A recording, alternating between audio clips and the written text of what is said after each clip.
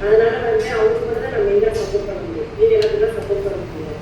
கேட்டீங்களா? பழசு ஒவ்வொன்றா வந்து சொல்ல முடியும். என்னையும் யாரும் சொல்ல முடியாது, ஏன்னா நான் சப்போர்ட் பண்ண மாட்டேன். என்னைய தெரியாம ஒவ்வொரு பண்ணாங்க, நான் வந்து போயிட்டே இருக்கோம். கேட்டீங்களா? அப்ப என்ன அப்படின்னா நம்ம வந்து சப்போர்ட் பண்ணோம்னா